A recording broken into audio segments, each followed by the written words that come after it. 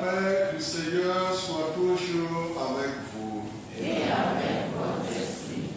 Comme nous l'avons déjà entendu au début de cette célébration, aujourd'hui c'est le dimanche du bon pasteur et des vocations. Et l'Évangile nous donne de méditer sur le Christ bon pasteur. Un pasteur, c'est un berger. Je pense qu'ici tout le monde sait ce que c'est qu'un berger. Oui, mais il y en a qui ne savent pas. Tout le monde sait ce que c'est qu'un berger. Même s'il n'en a pas vu, il en a entendu parler. Un berger, c'est celui qui a en charge un troupeau. Ça peut être des bœufs, des moutons, des chèvres, des porcs, des ânes, des chevaux, etc. Et le berger est chargé d'amener chaque jour ce troupeau au pâturage pour lui donner à manger et à boire. Il est chargé de défendre le troupeau des prédateurs, ceux qui peuvent détruire le troupeau, lions, hyènes, voleurs, etc. Il est chargé de s'occuper de la santé aussi du troupeau. Certains d'entre nous ont peut-être eu l'occasion d'exercer ce métier de berger. Moi, je l'ai fait quand j'étais enfant, pendant les grandes vacances. Et quand je lui parle de bons et de mauvais bergers, ceux qui ont été bergers comprennent aisément. Je m'en vais vous citer quelques caractéristiques du bon ainsi que du mauvais berger, selon ce que moi-même j'ai constaté sur le terrain. Le bon berger est très soucieux de ses animaux. Une fois au pâturage, il cherche des endroits bien verdoyants pour y conduire son troupeau. Il est très heureux de voir le soir venu que ses animaux ont le ventre bien bédonnant et donnent des noms à la plupart de son troupeau. Et il les reconnaît seulement à leur cri. Le soir, avant de conduire le troupeau à l'enclos, il vérifie si tous les animaux sont présents. Il est triste si un animal est malade et plus triste si cet animal meurt.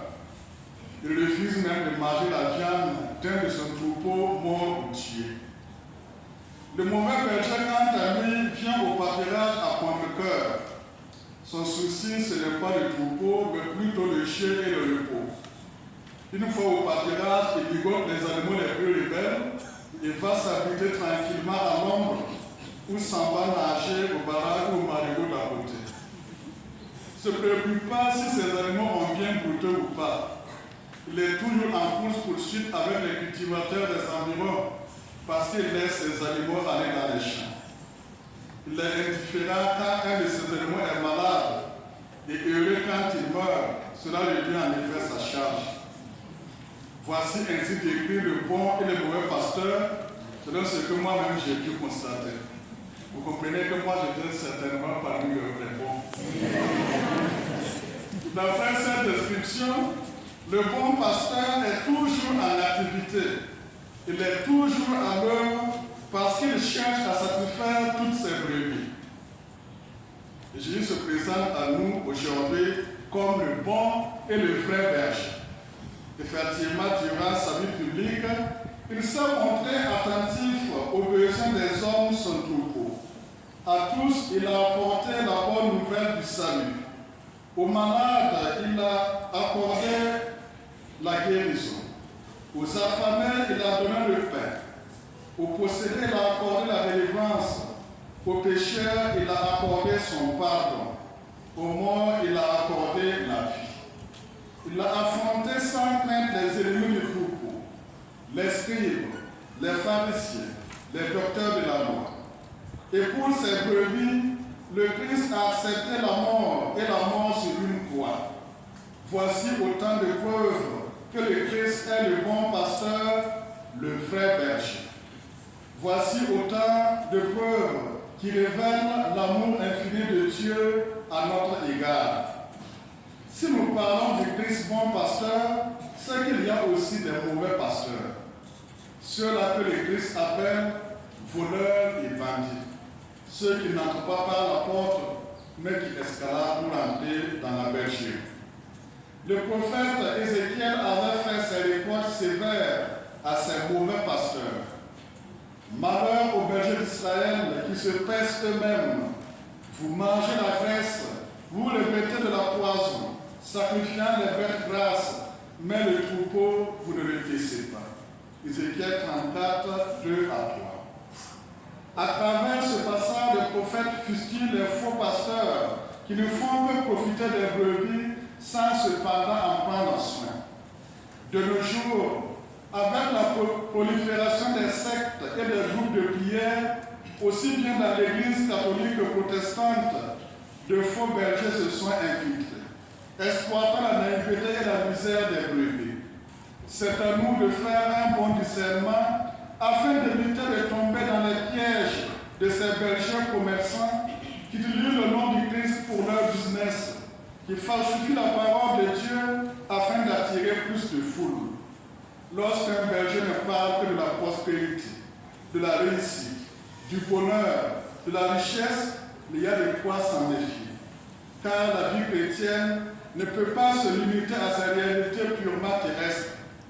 Malheureusement, nous aimons parfois être chatouillés par ces discours flatteurs, si bien que nous nous laissons avoir. Dans la deuxième lecture, l'apôtre Pierre nous dit ceci. Si l'on vous fait souffrir, alors que vous avez bien agi, vous rendez hommage à Dieu en tenant bon, puisque le Christ lui-même a souffert pour vous. Ce qui veut dire que la voie du salut ne peut être seulement cueillir des chansons. Sur le chemin du vrai bonheur, il y a nécessairement la croix, et c'est cette croix qui constitue le preuve de passage dans la vie éternelle. Frères et sœurs, le Christ est notre berger, et donc rien ne saurait nous manquer. À notre tour, nous devons lui être dociles, nous devons nous laisser conduire par lui. Son bâton pour nous ramener sur le bon chemin, c'est sa parole que nous entendons à chaque Eucharistie. Mes brebis écoutent ma voix, dit le Seigneur. Si nous sommes membres du troupeau de Dieu, nous devons être prompts à écouter la voix du divin pasteur. Cette voix qui nous appelle constamment à la conversion, à la perfection. Cette voix qui nous rejette dans nos égarements et nous révolte pour nous rétablir dans notre dignité d'enfants de Dieu. Durant toute sa vie terrestre, le Christ n'a cessé de manifester la sollicitude de Dieu envers l'humanité. À travers sa parole, ses miracles et ses attitudes, le Christ a montré au monde que l'homme a du prix aux yeux de Dieu. Et en quittant ce monde pour son Père, il a donné mandat à ses apôtres d'être à sa suite pasteur de son peuple. À Pierre, il a dit par 3 fois, « Sois le pasteur de mes brebis ». À tous les apôtres, il a dit, « Allez dans le monde entier, annoncer la bonne nouvelle à toutes les nations ». Depuis lors, il ne cesse de choisir parmi les hommes des pasteurs pour son peuple. Et nous sommes aujourd'hui ces pasteurs que Dieu vous envoie. Malgré nos limites humaines, Dieu nous a fait confiance et il nous a choisis dans vos familles et envoyé encore vers vous pour annoncer la bonne nouvelle du salut.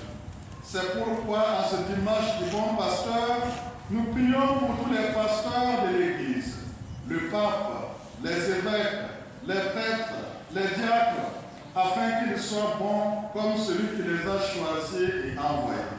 C'est l'occasion pour nous aussi de prier pour les vocations, c'est-à-dire pour les pasteurs de demain. Pour que l'Évangile puisse continuer à se répandre dans le monde, il faut que les hommes et les femmes acceptent consacrer toute leur vie au service de Dieu et de l'Église. Et ces hommes et femmes, Dieu les choisit au milieu de nous, parmi nos enfants. Mais on remarque parfois que certains résistent à l'appel de Dieu. Dans son message à l'occasion de la 56e journée mondiale des vocations, le pape invite particulièrement les jeunes à avoir le courage de risquer pour la promesse de Dieu. En voici un extrait de ce message. Dans la rencontre avec le Seigneur, certains peuvent sentir l'attrait d'un appel à la vie consacrée ou au sacerdoce ordonné. Il s'agit d'une découverte qui enthousiasme et qui en même temps fait peur, se sentant appelé à devenir pécheur d'hommes. Dans la barque de l'Église, à travers une offrande et l'engagement d'un service fidèle à l'Évangile et aux frères. De nombreuses résistances antérieures peuvent empêcher une décision de ce genre. Pourtant, il n'y a pas de joie plus grande que de risquer sa vie pour le Seigneur. En particulier à vous, les jeunes, je voudrais dire, ne soyez pas sourds à l'appel du Seigneur. Ne vous laissez pas contaminer par la peur qui nous paralyse devant les hauts sommets que le Seigneur nous propose. Rappelez-vous toujours que à ceux qui laissent les filets et la barque pour le suivre, le Seigneur promet la joie d'une vie nouvelle qui comble le cœur et anime le chemin. Fin de citation. Ce message adressé particulièrement aux jeunes est pour chacun de nous aussi, car c'est à chacun de nous d'encourager les jeunes et les enfants à répondre généreusement à l'appel de Dieu. C'est à chacun de nous de s'investir par la prière, l'éducation chrétienne, les conseils pour que de nos familles sortent de nombreuses et saintes vocations pour le service de Dieu et de l'Église. À ce dimanche du bon pasteur et des vocations, le Seigneur nous rappelle notre devoir de travailler afin qu'il y ait toujours des ouvriers dans le champ de l'Évangile. Frères et sœurs, puissent les grâces de cette Eucharistie nous donner un nouvel élan dans la suite du Christ bon pasteur et que par sa grâce nous devenions dans nos différents milieux de vie des messagers de la bonne nouvelle du salut. Que Dieu nous vienne en aide par sa grâce. Amen.